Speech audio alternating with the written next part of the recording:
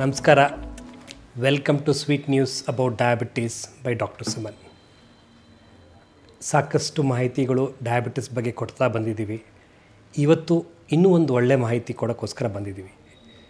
ನೀವೆಲ್ಲರೂ ನೋಡಿರ್ಬೋದು, diabetic patients doctor ಹತ್ರ ಬಂದು ನಮಗೇನಂತ ಹೇಳ್ತಾರೆ ಅಂದರೆ, ಡಾಕ್ಟ್ರೇ ನನಗೆ ನಿದ್ದೆನೇ ಬರೋದಿಲ್ಲ, ನನಗೆ ಯಾವಾಗ ನೋಡಿದ್ರು ಎಚ್ಚರಿಕೆನೇ ಇರುತ್ತೆ, ಸರಿಯಾಗಿ ನಿದ್ದೆ ಮಾಡೋದ್ರಿಂದ ನನಗೆ ಟೆನ್ಷನ್ನು ಆ್ಯಂಗ್ಸೈಟಿ ಆಗುತ್ತೆ ಇಂಥ ಏನೇನೋ ಹಲವಾರು ಹೇಳ್ತಾರೆ.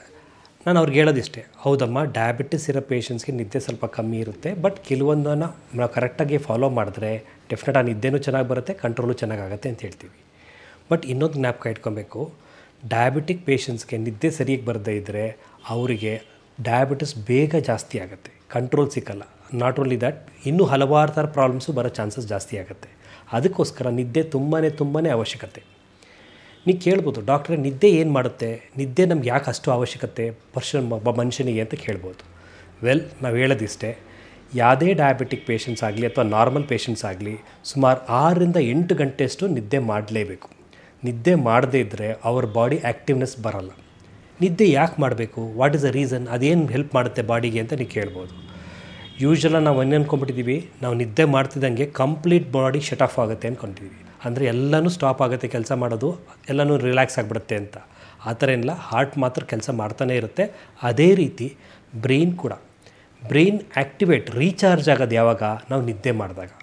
ಮಿನಿಮಮ್ 6 to 8 ಅವರ್ಸ್ ಸ್ಲೀಪ್ ನಾವು ಹೇಳ್ತೀವಿ. ಇಷ್ಟು ಅವರ್ಸ್ ಸ್ಲೀಪ್ ಮಾಡಿದ್ರೆ ಮಾತ್ರ ನಿಮ್ಮ ಬ್ರೈನ್ ರೀಚಾರ್ಜ್ ಆಗುತ್ತೆ, ರಿಯಾಕ್ಟಿವೇಟ್ ಆಗುತ್ತೆ. ರಿಯಾಕ್ಟಿವೇಟ್ ಅಂದರೆ ಏನು, ನಾವೆಲ್ಲ ನೋಡಿರೋದು, ನಾವೆಲ್ಲ ಕೇಳಿರೋದು ಅವೆಲ್ಲ ನಮ್ಮ ಮೆಮೊರಿಯಲ್ಲಿ ಹೋಗಿರುತ್ತೆ. ಆ ಮೆಮೊರಿನ ಆ್ಯಕ್ಟಿವೇಟ್ ಆಗಬೇಕು ಅಂದರೆ, ಆ ಮೆಮೊರಿನ ಡೇಟಾನ ಟ್ರಾನ್ಸ್ಫರ್ ಆಗಿ ಲಾಂಗ್ ಟರ್ಮ್ ಮೆಮೊರಿ ಅಂತ ಲೋಡ್ ಆಗಬೇಕು ಅಂದರೆ ನಿದ್ದೆ ಆಗಿರಬೇಕು. ನಿದ್ದೆ ಆಗದೇ ಇದ್ದರೆ ಅದೆಲ್ಲ ಲಾಂಗ್ ಟರ್ಮ್ ಡೇಟಾ ಆಗಿ ನೋಟ್ ಆಗೋಲ್ಲ. ಸೊ ಅದಕ್ಕೋಸ್ಕರ ನಿದ್ದೆ ತುಂಬ ಅವಶ್ಯಕತೆ. ನಾಟ್ ಓನ್ಲಿ ದ್ಯಾಟ್, ನಿದ್ದೆ ಚೆನ್ನಾಗಿ ಮಾಡೋದ್ರಿಂದ ಬೇಸಿಕಲಿ ನಮ್ಮ ಬಾಡಿಲಿರೋ ಎನರ್ಜಿ ಲೆವೆಲ್ ಜಾಸ್ತಿ ಆಗುತ್ತೆ, ಬಾಡಿ ವೆಲ್ ಬೀಯಿಂಗ್ ಅಂತ ಹೇಳ್ತೀವಿ, ಅದು ತುಂಬಾ ಇಂಪ್ರೂವ್ ಆಗುತ್ತೆ. ಅವೆಲ್ಲ ನಿಮಗೆ ತುಂಬಾ ಹೆಲ್ಪ್ ಆಗ್ತಾ ಹೋಗುತ್ತೆ. ನೀವು ಕೇಳ್ಬೋದು, ಓಕೆ ಡಾಕ್ಟರ್ ನಿದ್ದೆ ಇಂಪಾರ್ಟೆಂಟ್ ಅಂತ ಹೇಳ್ತೀರ, ಯಾಕೆ ಡಯಾಬಿಟಿಕ್ ಪೇಷಂಟ್ಸ್ಗೆ ಯಾಕೆ ನಿದ್ದೆ ಕಮ್ಮಿ ಆಗುತ್ತೆ ಅಂತ ಕೇಳ್ಬೋದು. ಹಲವಾರು ಕಾರಣಗಳು ಇರ್ಬೋದು ಡಯಾಬಿಟಿಸ್ಗೆ ಯಾಕೆ ನಿದ್ದೆ ಕಮ್ಮಿ ಆಗುತ್ತೆ ಅಂತ. ಒಂದು ನಾವು ಹೇಳ್ತೀವಿ, ಜನ್ರಲಾಗಿ ಡಯಾಬಿಟಿಸ್ ಕಂಟ್ರೋಲ್ ಚೆನ್ನಾಗಿಲ್ಲದೆ ಇದ್ದಾಗ ಅವ್ರಿಗೇನಾಗುತ್ತೆ, ರಾತ್ರಿ ಹೊತ್ತು ಜಾಸ್ತಿ ಯೂರಿನ್ ಪಾಸ್ ಮಾಡಬೇಕು ಅಂತ ಅನಿಸುತ್ತೆ. ಅವಾಗೇನಾಗುತ್ತೆ, ಪದೇ ಎದ್ದೇಳಬೇಕು ಅನಿಸುತ್ತೆ. ಆವಾಗ ಎದ್ದೇಳೋದ್ರಿಂದ ನಿದ್ದೆ ಕಂಟಿನ್ಯೂಟಿ ಇರಲ್ಲ. ಅದು ಒನ್ ಆಫ್ ದ ಪ್ರಾಬ್ಲಮ್ಸ್ ಅಂತ ನಾವು ಹೇಳ್ತೀವಿ. ಇನ್ನು ಕೆಲವ್ರಿಗೆ ಮೆಡಿಸಿನ್ಸ್ ಜಾಸ್ತಿ ತೊಗೊಂಡ್ಬಿಟ್ಟಿರ್ತಾರೆ, ಸರಿಯಾಗಿ ಊಟ ಮಾಡಿರಲ್ಲ, ಮಧ್ಯರಾತ್ರಿ ಲೋ ಆಗಿಬಿಡುತ್ತೆ, ಅವ್ರಿಗೆ ಎಚ್ಚರಿಕೆ ಮಾಡಿಬಿಡುತ್ತೆ. ಸೊ ಅದು ಕೂಡ ಒಂಥರ ಡೇಂಜರ್ ಅಂತಲೇ ಹೇಳ್ತೀವಿ. ಅದರಲ್ಲೂ ಕೂಡ ನಮ್ಗೆ ನಿದ್ದೆ ಡಿಸ್ಟರ್ಬ್ ಆಗ್ತಾ ಹೋಗುತ್ತೆ. ಸೊ ನಿದ್ದೆ ತುಂಬಾ ಇಂಪಾರ್ಟೆಂಟ್. ಆ್ಯಂಗ್ಸೈಟಿ ಡೆವಲಪ್ ಆಗುತ್ತೆ, ಕೆಲವು ಟೆನ್ಷನ್ ಆಗುತ್ತೆ. ಟೆನ್ಷನ್ ಆಗೋದ್ರಿಂದ ಏನಾಗುತ್ತೆ, ಏನೋ ಯೋಚನೆಗಳು ಜಾಸ್ತಿ ಆಗೋದ್ರಿಂದ ನಿದ್ದೆ ಸರಿಯಾಗಿ ಬರೋಲ್ಲ. ಬರದೇ ಇದ್ದಾಗ ಏನಾಗುತ್ತೆ, ಇವೆಲ್ಲನೂ ಒಂದೊಂದಾಗಿ ಪ್ರೆಷರು, ಟೆನ್ಷನ್ನು ಬಿಲ್ಡಪ್ ಆಗುತ್ತೆ. ಟೆನ್ಷನ್, ಪ್ರೆಷರ್ ಜಾಸ್ತಿ ಆದರೆ ನಮ್ಮ ಬಾಡೀಲಿ ಇನ್ಸುಲಿನ್ ರೆಸಿಸ್ಟೆನ್ಸ್ ಅಂತ ನಾವು ಹೇಳ್ತೀವೋ ಅದು ಜಾಸ್ತಿ ಆಗುತ್ತೆ. ಯಾವಾಗ ಇನ್ಸುಲಿನ್ ರೆಸಿಸ್ಟೆನ್ಸ್ ಜಾಸ್ತಿ ಆಗುತ್ತೋ ಶುಗರ್ ಲೆವೆಲ್ ಇಂಡೈರೆಕ್ಟಾಗಿ ಜಾಸ್ತಿ ಆಗಿಬಿಡುತ್ತೆ. ಸೊ ಹಾಗಾಗಿ ನಿದ್ದೆ ತುಂಬಾ ಅವಶ್ಯಕತೆ. ನಿದ್ದೆ ಎಷ್ಟು ಮಾಡಬೇಕು ಅಂದರೆ ಅಟ್ಲೀಸ್ಟ್ ಒಂದು 8 ಗಂಟೆ ಕಾಲ ನಿದ್ದೆ ಮಾಡ್ತಾ ಬನ್ನಿ ಅಂತ ನಾವು ಹೇಳ್ತೀವಿ. ಇನ್ನು ಕೆಲವ್ರಿಗೆ ಹೇಳ್ತಾರೆ, ಜನ್ರಲಾಗಿ ಡಯಾಬಿಟಿಕ್ ಪೇಷಂಟ್ಸು ನೀವು ನೋಡಿರ್ಬೋದು, ತುಂಬ ದಪ್ಪ, ತುಂಬ ಇದಿರ್ತಾರೆ, ತುಂಬ ವೆಯ್ಟ್ ಜಾಸ್ತಿ ಇರ್ತಾರೆ. ಈ ವೆಯ್ಟ್ ಜಾಸ್ತಿ ಇದ್ದರೂ ಕೂಡ ಅವರಿಗೆ ನಿದ್ದೆ ಸರಿಯಾಗಿ ಬರೋಲ್ಲ. ಏನಾಗುತ್ತೆ, ಸ್ಲೀಪ್ ಆ್ಯಪ್ನಿಯಾ ಅಂತ ನಾವು ಕರಿತೀವಿ. ತುಂಬ ಕಾಮನ್ ಆಗಿ ಗೊರಕೆ ಹೊಡೆಯೋದು, ಆ ಗೊರಕೆ ಹೊಡೆಯೋದ್ರಿಂದ ನಿದ್ದೆ ಡಿಸ್ಟರ್ಬ್ ಆಗೋದು, ಇವಾಗೆ ಹಲವಾರು ಒಂದೊಂದು ರಿಲೇಟ್ ಆಗ್ತಾ ಬರುತ್ತೆ. ಸೊ ಹಾಗಾಗಿ ಡಯಾಬಿಟಿಕ್ ಪೇಷಂಟ್ಸು, ಒಬೇಸಿಟಿ ಇರೋರು, ಸ್ಲೀಪ್ ಆ್ಯಪ್ನಿಯಾ ಇರೋರಿಗೆ ಈ ಥರ ನಿದ್ದೆ ಡಿಸ್ಟರ್ಬ್ ಆಗ್ತಾ ಬರುತ್ತೆ. ಯೂಶ್ವಲಿ ನಾವು ಏನು ಹೇಳ್ತೀವಿ, ನಿದ್ದೆ ಸರಿಯಾಗಿ ಆಗದೇ ಇದ್ದರೂ ಕೂಡ ನಿದ್ದೆಯಿಂದ ಕೂಡ ವೆಯ್ಟ್ ಜಾಸ್ತಿ ಆಗುತ್ತೆ ಅಂತ ಹೇಳ್ತೀವಿ. ನೀವು ಏನಾಗುತ್ತೆ ಅಂದರೆ ಮೋಸ್ಟ್ ಆಫ್ ದ ಪೇಷಂಟ್ಸ್ ಏನಾಗುತ್ತೆ, ಸರಿಯಾಗಿ ನಿದ್ದೆ ಮಾಡಿದಾಗ ಆ್ಯಂಸೈಟಿ ಆದಾಗ, ಟೆನ್ಷನ್ ಆದಾಗ ಡಿಪ್ರೆಷನ್ಗೆ ಹೋಗ್ತಾರೆ. ಡಿಪ್ರೆಷನಲ್ಲಿ ಏನು ಮಾಡ್ತಾರೆ, ಜಾಸ್ತಿ ಫುಡ್ಸ್ ತಿನ್ನೋದು, ಕನ್ಸಂಪ್ಷನ್ ಮಾಡೋಕ್ಕೆ ಸ್ಟಾರ್ಟ್ ಮಾಡ್ತಾರೆ. ಹೀಗೆ ಹಲವಾರು ಒಂದೊಂದಕ್ಕೆ ರಿಲೇಟ್ ಆಗ್ತಾ ಹೋಗುತ್ತೆ. ಇನ್ನು ಕೆಲವರು ನಿದ್ದೆ ಸರಿಯಾಗಿ ಆಗದಿದ್ದರೆ ಡಿಪ್ರೆಷನ್ ಗ್ಲ್ಯಾಂಡ್ ಆದಾಗ ಅನ್ಫಾರ್ಚುನೇಟ್ಲಿ ಅವ್ರಿಗೆ ಏನು ಮಾಡ್ತಾರೆ ಅಂತ ಅವ್ರಿಗೆ ಗೊತ್ತಿರಲ್ಲ. ನಾವು ತಿನ್ನಬೇಕು, ಸರಿಯಾಗಿ ಟೈಮ್ ವಾಕ್ ಮಾಡಬೇಕು, ಮೆಡಿಸಿನ್ಸ್ ತೊಗೋಬೇಕು, ಅವೆಲ್ಲ ಮಿಸ್ ಮಾಡಿಬಿಡ್ತಾರೆ. ಅವೆಲ್ಲ ಮಿಸ್ ಮಾಡೋದ್ರಿಂದ ತುಂಬಾ ಜಾಸ್ತಿ ಆಗ್ತಾ ಹೋಗ್ಬಿಡುತ್ತೆ. So sleep is very important. Diabetic ಪೇಷಂಟ್ಸ್ಗೆ ಸ್ಲೀಪ್ ಎಷ್ಟು ಅವಶ್ಯಕತೆ ಅಂದರೆ ತುಂಬಾ ಅವಶ್ಯಕತೆ ಇದೆ. ನೀವು 8ರಿಂದ 8 ಗಂಟೆ ನಿದ್ದೆ ಮಾಡದೇ ಇದ್ದರೆ ಪ್ರಾಬ್ಲಮ್ ಬಂದಾಗ ಆಮೇಲೆ ನೀವು ಡಯಾಬಿಟಿಸ್ ಚೆಕ್ ಮಾಡಿದಾಗ ಶುಗರ್ ಲೆವೆಲ್ಲು ಜಾಸ್ತಿ ಇರುತ್ತೆ. ಸೊ ಅದನ್ನು ನಾವು ಹೆಂಗೆ ಕಂಟ್ರೋಲ್ ಮಾಡೋದು, ವಾಟ್ ಆರ್ ದ ರೆಕಮೆಂಡೇಷನ್ಸ್, ಏನಾರು ರೆಮಿಡೀಸ್ ಇದೆಯಾ, ನಾವು ಸ್ಲೀಪ್ನ ಇಂಪ್ರೂವ್ ಮಾಡೋಕ್ಕೆ ಏನಾರು ರೆಮಿಡೀಸ್ ಇದೆಯಾ ಅಂತ ನೀವು ಕೇಳ್ತಾ ಬಂದರೆ ಹಲವಾರು ರೆಮಿಡೀಸ್ ಇದೆ. ನಾವೇನಂತ ಹೇಳ್ತೀವಿ, most of the diabetic patients ನಾವು ಹೇಳೋದು, ಟೈಮಿಂಗ್ ಆಫ್ ದ ಸ್ಲೀಪ್ ತುಂಬ ಇಂಪಾರ್ಟೆಂಟ್. ನೀವು ಯಾವುದೇ ಟೈಮಿಗೆ ನೀವು ಮಲ್ಕೊತೀರೋ ಆ ಟೈಮಿಗೆ ಪದೇ ಮಲ್ಕೊಬೇಕು. ಫಾರ್ ಎಕ್ಸಾಂಪಲ್, ನೀವು 9:30 10 ಗಂಟೆಗೋ ಮಲ್ಕೊಂತೀನಿ ಅಂತ ಇಟ್ಕೊಂಡಾಗ ಅದೇ ಟೈಮಿಗೆ ರೆಗ್ಯುಲರಾಗಿ ಮಲ್ಕೊಳ್ಳಿ. ನೀವು ಮಲ್ಕೊಳ್ಳೋದು ಮಿಸ್ ಆಯಿತು, ಅಕಸ್ಮಾತ್ ಲೇಟ್ ಆಯಿತು ಅಂದರೆ ನಿಮಗೆ ರೆಗ್ಯುಲಾರಿಟಿ ಬರೋಲ್ಲ. ರೆಗ್ಯುಲಾರಿಟಿ ಬರದೇ ಇದ್ದಾಗ ಏನಾಗುತ್ತೆ ಅಂದರೆ ಈ ಸರ್ಕೈಡಿಯನ್ ರಿದಮ್ ಅಂತ ನಮ್ಮ ಬಾಡೀಲಿ ಕರಿತೀವಿ, ಆ ರಿದಮ್ ಎಲ್ಲ ಮಿಸ್ ಆಗಿರುತ್ತೆ. ಮಿಸ್ ಆಗೋದ್ರೆ ನಮ್ಮ ಸ್ಲೀಪ್ ಪ್ಯಾಟ್ರನ್ ಡಿಸ್ಟರ್ಬ್ ಆಗಿಬಿಡುತ್ತೆ. ಸೊ ಹಾಗಾಗಿ ಮಲಗೋಕ್ಕಿಂತ ಮುಂಚೆ ಯಾವುದೇ ಟೈಮಿಗೆ ನೀವು ಮಲ್ಕೊತೀರೋ ಅದನ್ನು ಫಿಕ್ಸ್ ಮಾಡ್ಕೊಳ್ಳಿ, ಪ್ರಾಪರಾಗಿ ಫಿಕ್ಸ್ ಮಾಡ್ಕೊಳ್ಳೋದು ತುಂಬ ಇಂಪಾರ್ಟೆಂಟ್. ಇನ್ನು ಕೆಲವು ನಾವು ಹೇಳ್ತೀವಿ ಅಂತ ಈ we call it as sleep wake cycle ಅಂತ ಕರಿತೀವಿ. ಅಂದರೆ ಮಲಗೋದು ಎದ್ದೇಳೋದು ಸೈಕಲ್ನ ಕರೆಕ್ಟಾಗಿ ನೀವು ಫಿಕ್ಸ್ ಮಾಡಬೇಕು. ಇಷ್ಟೇ ಗಂಟೆ ಮಲ್ಕೊಬೇಕು, ಇಷ್ಟೇ ಗಂಟೆಗೆ ಎದ್ದೇಳಬೇಕು ಅಂತ ಫಿಕ್ಸ್ ಮಾಡಿಬಿಡಿ. ನೀವು 1 ತಿಂಗಳು ಸ್ಟ್ರಿಕ್ಟಾಗಿ ಫಾಲೋ ಮಾಡಿ, ನೀವು ನೆಕ್ಸ್ಟ್ ನೋಡಿ ಆಟೋಮೆಟಿಕಾಗಿ ನಿಮಗಿದ್ದ ಅದೇ ಟೈಮಿಗೆ ಬರುತ್ತೆ, ಅದೇ ಟೈಮಿಗೆ ಎಚ್ಚರ ಆಗುತ್ತೆ. ನಿಮ್ಮ ಬಾಡಿ ಮೋರ್ ಕೂಡ ಆ್ಯಕ್ಟಿವ್ ಆಗಿರುತ್ತೆ, ಎಲ್ಲ ಥರ ಕೆಲಸಗಳು ಮಾಡೋಕ್ಕೂ ನಿಮಗೆ ಈಸಿ ಆಗ್ತಾ ಹೋಗುತ್ತೆ. ಸೊ ಅದನ್ನು ನೀವು ಅರ್ಥ ಮಾಡ್ಕೊಬೇಕು. ಇನ್ನು ರೆಗ್ಯುಲರ್ ನಾವು ಏನು ಹೇಳ್ತೀವಿ, ನಾವು ಏನಾದರೂ ಮಲಗೋಕ್ಕಿಂತ ಮುಂಚೆ ಕೆಲವೊಂದು ಹ್ಯಾಬಿಟ್ಸ್ನ ಡೆವಲಪ್ ಮಾಡಬೇಕು. ಫಾರ್ ಎಕ್ಸಾಂಪಲ್, ಬಿಸಿಯಾಗಿ ಸ್ನಾನ ಮಾಡ್ಕೊಂಡು ಬಂದು ಬೆಚ್ಚಗಿರೋ ಸ್ನಾನದಲ್ಲಿ ಮಾಡ್ಕೊಂಡು ಮಲ್ಕೊಳ್ಳೋದು ಕೂಡ ಬಾಡಿಗೆ ಫ್ರೆಶ್ನೆಸ್ ಡೆವಲಪ್ ಆದರೆ ನಿದ್ದೆ ಚೆನ್ನಾಗಿ ಬರುತ್ತೆ. ಟೀ ಕಾಫಿ ಮಲಗೋಕ್ಕಿಂತ ಮುಂಚೆ ಕುಡಿಯೋಕ್ಕೆ ಹೋಗಬಾರ್ದು, ಅದು ಕೂಡ ಅವಾಯ್ಡ್ ಮಾಡಬೇಕು ಅಂತ ಹೇಳ್ತೀವಿ. ಅವಾಯ್ಡ್ ಸ್ಕ್ರೀನ್ ಟೈಮ್ ಅಂತೀವಿ. ಟಿ ವಿ ನೋಡೋದು, ಮೊಬೈಲ್ ನೋಡೋದು ಮಲಗೋಕ್ಕಿಂತ ಮುಂಚೆ 1 ಅವರ್ ಮುಂಚೆ ಅದನ್ನು ಅವಾಯ್ಡ್ ಮಾಡಬೇಕು. ಪ್ಲಸ್ ಇನ್ನೊಂದು ವೆರಿ ಕಾಮನ್ ಥಿಂಗ್ ನಾವು ಹೇಳ್ತೀವಿ ಅಂದರೆ, ರಾತ್ರಿ ಮಲಗಬೇಕಾದ್ರೆ ಫುಡ್ಡು ಸ್ವಲ್ಪ ಲೈಟಾಗಿ ತಿಂದು ಮಲ್ಕೊಳ್ಳಿ ಅಂತ ಹೇಳ್ತೀವಿ. ಜಾಸ್ತಿ ಹೆವಿ ಫುಡ್ ತಿಂದಾಗ, ಡೈಜೆಷನ್ ಆಗದೇ ಇದ್ದಾಗ, ಸ್ವಲ್ಪ ಸ್ಪೈಸಿ ಫುಡ್ ತಿಂದಾಗ ಅವೆಲ್ಲ ಏನಾಗುತ್ತೆ, ಅವೆಲ್ಲ ನಿಮಗೆ ಗ್ಯಾಸ್ಟ್ರೈಟಿಸ್ ಕ್ರಿಯೇಟ್ ಆಗುತ್ತೆ. ಗ್ಯಾಸ್ಟ್ರೈಟಿಸಿಂದ ನಿಮ್ಮದು ಸ್ಲೀಪ್ ಪ್ಯಾಟರ್ನ್ಸ್ ಎಲ್ಲ ಡಿಸ್ಟರ್ಬ್ ಆಗಿಬಿಡುತ್ತೆ.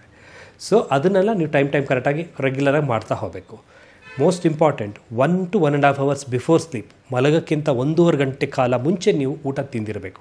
ಅದಕ್ಕಿಂತ ಬೇಗ ನೀವು ಊಟ ತಿಂದ ತಕ್ಷಣ ಹೋಗಿ ಮಲ್ಕೊಂಡ್ರೆ ಗ್ಯಾಸ್ಟ್ರೈಟಿಸ್ ಆಗೋದು, ಅಥವಾ ನಿಮ್ಮ ಬೆಲ್ಚಿಂಗ್ ಬರೋದು, ರಿಫ್ಲಕ್ಸ್ ಎಸೋಫೆಜೈಟಿಸ್ ಅಂತೀವಿ, ಅವೆಲ್ಲ ಆಗೋದು, ಇವೆಲ್ಲ ಕಾಮನ್ನಾಗಿ ಡೆವಲಪ್ ಆಗಿಬಿಡುತ್ತೆ. ಸೊ ಹಾಗಾಗಿ ಮಲಗೋಕ್ಕಿಂತ ಮುಂಚೆ ಇವನ್ನೆಲ್ಲ ನೀವು ಫಾಲೋ ಮಾಡಿದ್ರೆ ಆಟೋಮೆಟಿಕಾಗಿ ಸ್ಲೀಪ್ ಪ್ಯಾಟರ್ನ್ ಬರುತ್ತೆ ಅಂತ ನಾವು ಹೇಳ್ತೀವಿ. ಡಾರ್ಕ್ ಎನ್ವೈರ್ಮೆಂಟ್, ಎಷ್ಟೊಂದು ಜನ ಹೇಳ್ತಾರೆ ಡಾರ್ಕ್ ಎನ್ವೈರ್ಮೆಂಟ್ ಕ್ರಿಯೇಟ್ ಮಾಡಿದ್ರೆ ಬಾಡಿಗೆ ಆಟೋಮೆಟಿಕಾಗಿ ಸ್ಲೀಪ್ ಬರುತ್ತೆ ಅಂತ ಹೇಳ್ತೀರಿ. ಎಷ್ಟೊಂದು ಫಾರಿನ್ ಕಂಟ್ರೀಸಲ್ಲಿ ರಾತ್ರಿನೇ ಆಗಲ್ಲ, ರಾತ್ರಿ ಆಗದೇ ಇರೋ ನಿದ್ದೆ ಸರಿಯಾಗಿ ಬರದೇ ಇರೋಲ್ಲ, ಎಷ್ಟೊಂದು ಜನ ಒದ್ದಾಡ್ತಿರ್ತಾರೆ. ಬಟ್ ಲಕಿಲಿ ನಾವೆಲ್ಲ ಇಂಡಿಯನ್ಸ್, ಇಂಡಿಯಾದಲ್ಲಿರೋರಿಗೆ ಆಟೋಮೆಟಿಕಾಗಿ ಬೆಳಕಾಗೋದು, ನಿದ್ದೆ ಕತ್ತೆ ಆಗೋದೆಲ್ಲ ಆಗೋದ್ರಿಂದ ನಮ್ಮ body should get adjust to it. ಅಂದರೆ ಆ ಬಾಡಿ ನಾವು ನಿದ್ದೆ ಬರೋಕ್ಕೆ ಪ್ಯಾಟ್ರನ್ನ ಡೆವಲಪ್ ಮಾಡ್ಕೊಬೇಕು. ಅಂದರೆ ಕೂಲ್ ಲೈಟ್ ಮಾಡ್ಕೊಳ್ಳೋದು, ಅಥವಾ ಸ್ವಲ್ಪ ಡಾರ್ಕ್ ಲೈಟರ್ ಮಾಡ್ಕೊಳ್ಳೋದು, ಅವನ್ನೆಲ್ಲ ಮಾಡ್ತಾ ಬಂದರೆ ಅದು ನೀವು ಕೂಡ ನಿಮಗೆ ಹೆಲ್ಪ್ ಆಗ್ತಾ ಹೋಗುತ್ತೆ. ಇನ್ನೊಂದು ವೆರಿ ಕಾಮನ್ಲಿ ನಾವು ಹೇಳ್ತೀವಿ ಅಂದರೆ, ಹಾಲು ಕುಡಿಬೇಕಾದ್ರೆ ಒಂದು ಹಾಲಿಗೆ ಒಂದು ಚುಟಕಿಯಷ್ಟು ಈ ಅರಿಶಿನ ಹಾಕೊಂಡು ಕುಡಿ ಅಂತ ಹೇಳ್ತೀವಿ. ಅದು ಕುಡಿಯೋದ್ರಿಂದ ಏನಾಗುತ್ತೆ ಅಂದರೆ, ಜನರಲಾಗಿ ನಮ್ಮ ಬಾಡಿಲಿ ಟೆನ್ಷನ್ ಆಂಗ್ಸೈಟಿ ಡ್ರಾಪ್ ಆಗುತ್ತೆ, ಇಂಡೈರೆಕ್ಟಾಗಿ ನಮ್ಮ ಸ್ಲೀಪ್ ಪ್ಯಾಟರ್ನು ಇಂಪ್ರೂವ್ ಆಗುತ್ತೆ. It's A natural remedies. ಅಕಸ್ಮಾತ್ ಇಂಥದ್ದೆಲ್ಲ ನಿಮ್ಗೆ ಮಿಸ್ ಆಗಿ ಸರಿಯಾಗಿ ಆಗದೇ ಇದ್ದರೆ ದಯವಿಟ್ಟು ನಿಮ್ಮ ಡಾಕ್ಟರ್ ಹತ್ರ ಹೋಗಿ ಎಕ್ಸ್ಪ್ಲೇನ್ ಮಾಡಿ, ದಿಸ್ ಇಸ್ ವಾಟ್ ನನಗೆ ಈ ಥರ ಪ್ರಾಬ್ಲಮ್ ಆಗ್ತಾಯಿದೆ, ಏನು ಮಾಡಲಿ ಅಂತ. ಅವರು ನಿಮಗೆ ಸಪೋರ್ಟಿವ್ ಟ್ರೀಟ್ಮೆಂಟ್ ಅಂತ ಕೊಡ್ತಾರೆ. ನಾಟ್ ನೆಸರಿ ಡಾಕ್ಟ್ರು ಕೊಡೋ ಮಾತ್ರೆಗಳೆಲ್ಲ ಸ್ಲೀಪಿಂಗ್ ಟ್ಯಾಬ್ಲೆಟ್ಸ್ ಅಂತ ಹೇಳೋಕ್ಕಾಗಲ್ಲ. ಜಸ್ಟ್ ಸಪೋರ್ಟಿವ್ ಟ್ರೀಟ್ಮೆಂಟಾಗಿ ಕೊಡ್ತಾರೆ, 1 ವಾರ 10 ದಿವಸ ಕೊಡ್ತಾರೆ. ಅದನ್ನು ಫಾಲೋ ಮಾಡ್ತಿದ್ದಂಗೆ ನಿಮ್ಮ ಸ್ಲೀಪ್ ಪ್ಯಾಟರ್ನು, ಸರ್ಕೈಡಿಯನ್ ರಿದಮ್ ಎಲ್ಲ ಸರಿ ಹೋಗ್ಬಿಡುತ್ತೆ. ಸರಿ ಹೋಗ್ಬಿಟ್ರೆ ನೀವು ಆಟೋಮೆಟಿಕಾಗಿ ಸ್ಲೀಪ್ ಮಾಡೋಕ್ಕೆ ತುಂಬಾ ಈಸಿ ಆಗ್ತಾ ಬರುತ್ತೆ. ಸ್ಲೀಪ್ ಮಾಡೋದ್ರಿಂದ ನಿಮ್ಮ ಡಯಾಬಿಟಿಸ್ ಕಂಟ್ರೋಲು ತುಂಬಾ ಚೆನ್ನಾಗಾಗುತ್ತೆ. ಎಲ್ಲ ಥರ ಪ್ರಾಬ್ಲಮ್ಸು ನಿಮ್ಗೆ ಆಗುತ್ತೆ, ಎಲ್ಲ ಥರ ಹೆಲ್ಪ್ಸು ಕೂಡ ನಿಮ್ಗೆ ಆಗ್ತಾ ಹೋಗುತ್ತೆ. So sleep is very important. So ನನಗೆ ಎಷ್ಟೊಂದು ಜನ ಡಯಾಬಿಟಿಸ್ ನನ್ನ ಪೇಷಂಟ್ ಬಂದಾಗ ನಾನು ನೋಡ್ತೀನಿ, ಕೇಳ್ತೀನಿ, ಹೇಳ್ತಾರೆ ಡಾಕ್ಟರ್ ಎಲ್ಲನೂ ಕರೆಕ್ಟಾಗಿ ಫಾಲೋ ಮಾಡ್ತಾಯಿದ್ದೀನಿ, ವಾಕಿಂಗ್ ಫಾಲೋ ಮಾಡ್ತಾಯಿದ್ದೀನಿ, ಡಯಟಿಕ್ ಟೈಮಿಂಗ್ಸ್ ಫಾಲೋ ಮಾಡ್ತಾಯಿದ್ದೀನಿ, everything is on time, but still my sugar is not coming ಅಂತ ಕಂಟ್ರೋಲ್ ಅಂತ ಕೇಳ್ತಾರೆ. ನಾನು ಕೇಳೋದಿಷ್ಟೇ, ಹೌದಮ್ಮ ನಿನ್ನೆ ರಾತ್ರಿ ನೀವು ಎಷ್ಟೊತ್ತು ನಿದ್ದೆ ಮಾಡಿದ್ರಿ, ಯಾವಾಗ ನಿದ್ದೆ ಮಾಡಿದ್ರಿ ಅಂತ ಕೇಳಿದಾಗ ಆ ನಿದ್ದೆದಲ್ಲಿ ಅವ್ರು ಹೇಳ್ತಾರೆ, ಇಲ್ಲ ಡಾಕ್ಟ್ರೆ ನಾನು ರಾತ್ರಿ ನಿದ್ದೆ ಮಾಡೋಕ್ಕಾಗಲಿಲ್ಲ, ಎಲ್ಲ ಹೊರಗಡೆ ಹೋಗಿದ್ದೆ, ಲೇಟಾಗಿ ಬಂದೆ, ಸ್ವಲ್ಪ ನಿದ್ದೆ ಸರಿಯಾಗಿ ಡಿಸ್ಟರ್ಬ್ ಆಯಿತು, ಚೆಕಪ್ಪಿಗೆ ಬರಬೇಕಾಗಿತ್ತು, ಅದಕ್ಕೆ ಬೇಗ ಬಂದುಬಿಟ್ಟೆ ಅಂತ ಹೇಳ್ತಾರೆ. ಆವಾಗ ನಾವು ನೋಡಿದಾಗ ಶುಗರ್ ಲೆವೆಲ್ ಜಾಸ್ತಿ ಇರುತ್ತೆ. ಬಟ್ 3 months ಆ್ಯಾವ್ರೇಜ್ HbA1c ಅಂತ ನಾವೇನು ಚೆಕ್ ಮಾಡ್ತೀವೋ ಆ ಚೆಕ್ ಮಾಡೋ ವ್ಯಾಲ್ಯೂದಲ್ಲಿ ಶುಗರ್ ಲೆವೆಲ್ ತುಂಬಾ ಕಂಟ್ರೋಲ್ ಆಗಿರುತ್ತೆ. But unfortunately on the day of checking sugar ಜಾಸ್ತಿ ತೋರಿಸ್ಬಿಡುತ್ತೆ. ಅದು ನಮ್ಮನ್ನ ಮಿಸ್ಲೀಡ್ ಮಾಡುತ್ತೆ. ಅಂದರೆ ಅವ್ರ ಮೆಡಿಸಿನ್ಸ್ ಸರಿಯಾಗಿ ತಗೊತಿಲ್ವೇನೋ, ಜಾಸ್ತಿ ಮಾಡಬೇಕೇನೋ ಅನಿಸ್ಬಿಡುತ್ತೆ. ಸೊ ಹಾಗಾಗಿ ಸ್ಲೀಪ್ ಪ್ಯಾಟ್ರನ್ ಡಯಾಬಿಟಿಸಲ್ಲಿ ತುಂಬಾ ಅವಶ್ಯಕತೆ. ಎಲ್ಲರನ್ನೂ ನಾವು ವಿಚಾರಿಸ್ಬೇಕು. ಕರೆಕ್ಟಾಗಿ ಟ್ರೀಟ್ ಮಾಡೋಕ್ಕಿಂತ ಮುಂಚೆ ಅವ್ರ ಸ್ಲೀಪ್ ಹೇಗಿದೆ ಅಂತ ತಿಳ್ಕೊಂಡು ನಾವು ಟ್ರೀಟ್ ಮಾಡಬೇಕು. ಇನ್ನು ಕೆಲವರು ಹೇಳ್ತಾರೆ, ಡಾಕ್ಟರ್ ವಯಸ್ಸಾಗ್ತಾ ನಿದ್ದೆ ಕಮ್ಮಿ ಆಗುತ್ತಲ್ಲ, ಆ ನಿದ್ದೆ ಕಮ್ಮಿಯಿಂದ ನಮ್ಗೆ ಏನು ಮಾಡೋಕ್ಕಾಗತ್ತೆ, ನಮ್ಮ ನಿದ್ದೆ ಕಮ್ಮಿ ಮಾಡೋದ್ರಿಂದ ನಮ್ಮ ಶುಗರ್ ಲೆವೆಲು ಜಾಸ್ತಿ ಆಗುತ್ತೆ ಅಂತ ಎಲ್ಲ ಆ ಥರ ಎಲ್ಲ ಅಂದ್ಕೊಳಕ್ಕೆ ಹೋಗಬಾರ್ದು. ವಯಸ್ಸಾಗಿದೆ ಅಂತಲೇ ದಯವಿಟ್ಟು ಅಂದ್ಕೊಳಕ್ಕೆ ಹೋಗಬೇಡಿ. ಪಾಸಿಟಿವ್ ಆಗಿರಿ. ನಾನು ಹೇಳಿದ್ನಲ್ಲ, ಕೆಲವೊಂದು ನೀವು ರೆಮಿಡೀಸ್ನ ನೀವು ಫಾಲೋ ಮಾಡ್ಕೊಬೇಕು. ಅಂದರೆ ಟಿ ವಿ ನೋಡೋದಾಗಲಿ, ನಿದ್ದೆ ಮಾಡೋದಕ್ಕೆ ಪ್ಯಾಟರ್ನ್ಸ್ ಆಗಲಿ, ಕೂಲ್ನೆಸ್ ಬರೋಕ್ಕಾಗಲಿ, ಹಾಲು ಕುಡಿಯೋದಾಗಲಿ, ಇವನ್ನೆಲ್ಲ ನೀವು ಮಾಡ್ತಾ ಬಂತು ಅಂದರೆ ನಿದ್ದೆ ಆರಾಮಾಗಿ ಬರುತ್ತೆ, ಏನೂ ಪ್ರಾಬ್ಲಮ್ಸು ಕೊಡೋದಿಲ್ಲ. ಮೇ ಬಿ ಒಕೇಶ್ನಲಿ ಸ್ವಲ್ಪ ಯಾವಾಗಲೂ ಒಂದೊಂದು ಸ್ವಲ್ಪ ಸ್ಲೀಪ್ ಪ್ಯಾಟರ್ನ್ ಡಿಸ್ಟರ್ಬ್ ಆಗ್ಬೋದು. ಬಟ್ ಅದನ್ನು ನಮ್ಮ ಮನಸ್ಸಿಗೆ ಹಾಕ್ಕೊಬಾರ್ದು. ಮನಸ್ಸಿಗೆ ಹಾಕ್ಕೊಂಡು ಮನಸ್ಸು ಯೋಚನೆ ಜಾಸ್ತಿ ಮಾಡ್ತಾ ಹೋಯಿತು ಅಂದರೆ ಅದೇನೇ ನಮಗೆ ತುಂಬ ಕಾಳಕ್ಕೆ ಸ್ಟಾರ್ಟ್ ಮಾಡುತ್ತೆ. ಅಯ್ಯೋ ನನಗೆ ನಿದ್ದೆ ಬರ್ತಿಲ್ಲ. ಬಟ್ ಇನ್ವೇರಿಯಬಲಿ ಎಲ್ಲ ಪರ್ಸನ್ಗೂ ನಿದ್ದೆ ಬೇಕೇ ಬೇಕು, ನಿದ್ದೆ ಮಾಡೇ ಮಾಡ್ತಾರೆ. ಬಟ್ ಆ ನಿದ್ದೆ ಬರೋದಕ್ಕೆ ನೀವು ಟೈಮ್ ಕೊಡಬೇಕು, ಅದ್ರ ಬಗ್ಗೆ ಯೋಚನೆ ಕಮ್ಮಿ ಮಾಡಬೇಕು. ಬುಕ್ ಓದೋಕ್ಕೆ ಸ್ಟಾರ್ಟ್ ಮಾಡಿ. ಎಷ್ಟೋ ಜನ ಬುಕ್ ಓದೋಕ್ಕೆ ನಿದ್ದೆ ಬರೋಕ್ಕೆ ಸ್ಟಾರ್ಟ್ ಆಗುತ್ತೆ. ಆ ಥರ ನೀವೇ ಒಂದು ಹ್ಯಾಬಿಟ್ಸ್ನ ಡೆವಲಪ್ ಮಾಡ್ಕೊಳ್ಳಿ. ಸೊ ಸ್ಲೀಪ್ ಆ್ಯಂಡ್ ಡಯಾಬಿಟಿಸ್ ತುಂಬಾ ಅವಶ್ಯಕತೆ. ಡಯಾಬಿಟಿಸ್ ಇರೋ ಪೇಷಂಟ್ಸ್ ಅಟ್ಲೀಸ್ಟ್ ಒಂದು 6 to 8 ಅವರ್ಸ್ ಸ್ಲೀಪ್ ಮಾಡದೇ ಇದ್ದರೆ ಅವ್ರ ಕಂಟ್ರೋಲ್ ಚೆನ್ನಾಗೇ ಬರೋಲ್ಲ.